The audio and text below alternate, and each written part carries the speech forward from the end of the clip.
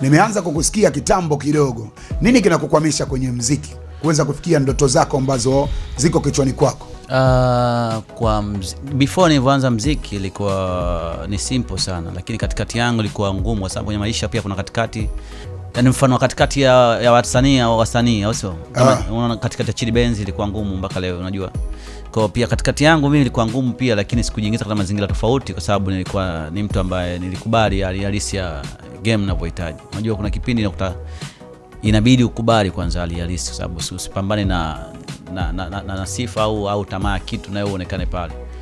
Kwa hiyo ugumu wangu kidogo ulikuwa kwenye mazingira ya kurudi comeback tena kwa nafasi, sababu nilikuwa kwenye nafasi nzuri lakini sikuitendea haki nafasi yangu sana kutokana na pia management pia na mazingira yangu ya familia. So nikabidi ni drop kidogo kwa nisubiri.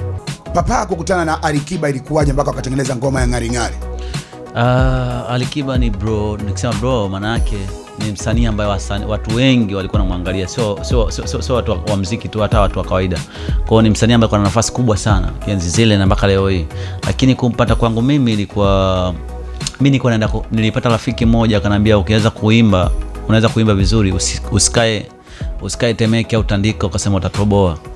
Toka nenda Kariakoo, nenda wapi ndio unaweza kutoboa, kupatana na watu kwamba unaweza kusupport. Tandika au Temeke haina connection na, lakini mtu kujitoa yani kujitoa maana yake anaweza mtu akakwambia bwana njoo nikusaidie hichi, lakini mwisho wa siku asikufanyie kweli, akataka tu akupotezee muda. Lakini sehemu zingine mtu akisema sababu kutokana na mazingira ya kutembea pia unajua Kwa hiyo ukitoka Temeke unaweza ukatoka kimuziki, ndio maana yako au unakuwa? Yani Temeke ina wasanii wengi lakini kutoboa ngumu kwa Temeke. Okay. Lakini mpaka kutemto ambaye anajitahidi kupambana vijana awekeze kwa sababu ya muziki wao unakuta ni wachache sana. Unadhani ni nini?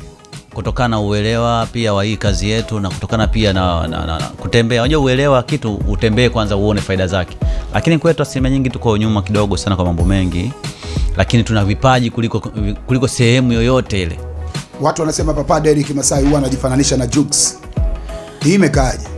Jux kafana mimi, sio mimi nimefana Jux. Sema kwa sababu Jux yashakuwa na level fulani hivi. Kwa hiyo watu wengi wanazungumzia hilo. Wewe unaichukuliaje? Mimi naweza kusema kwa ukweli tukichukulia maisha halisi au sababu tuongelee ule ukweli. Jux ni mwanamuziki mzuri sana pale, mimi namwangalia pia kwenye mavazi, kwenye muonekano wake.